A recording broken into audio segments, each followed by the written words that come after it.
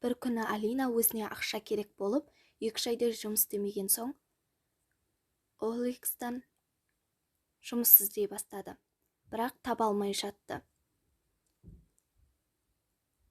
Ол ақша керек болды, өйткені үйіне су, газға ақша керек болды.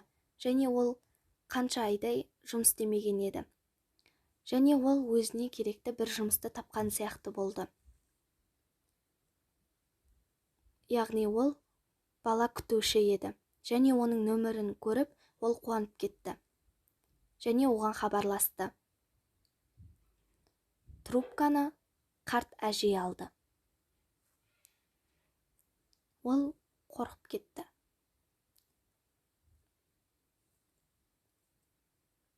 Және оның тұратын жері өте ескі және қаланың шетінде еді.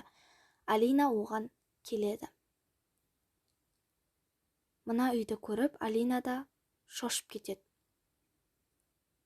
Бірақ ақша керек болған соң, амалсыздан барады.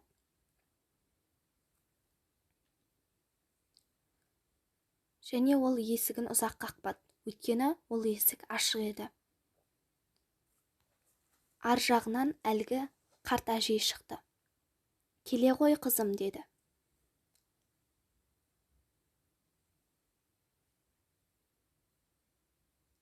Алина, және жаңаға балалар қайда, мен олармен танысуым керек қой, деді.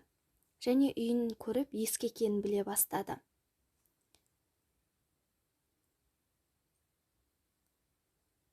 Жаңаға әже, міне мына жақта балалар, кеттік, деді. Алинаның қолынан қатты қысып алды. Алина қайтқысы келіп еді, бірақ оған шегінерге жол жоқ болды. Үйіндегі суреттер де өте ескі екенін көрді. Үйі де ескі. Ол қорқа бастады. Бірақ артқа қайта алмады. Жүріп келе жатты. Және бұл қандай жер?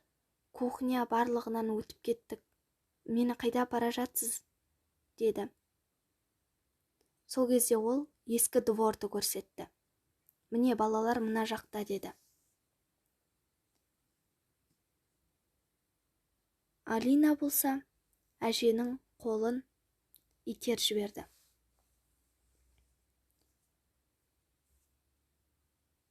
Сол кезде әже қарады да, не болды қызым? Балаларды көргің келмей ме? Балалар ар жақта ғой, деді. Алина оған, қане енді көрсетсеңізші, ұзақ жол жүрдік қой, деді. Кеттік ендеше, деді.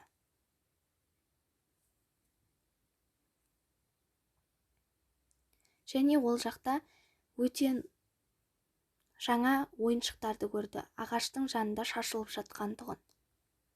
Және Алина оны көріп, үрейлене бастады. Сонда балалар қайда? Тек ойын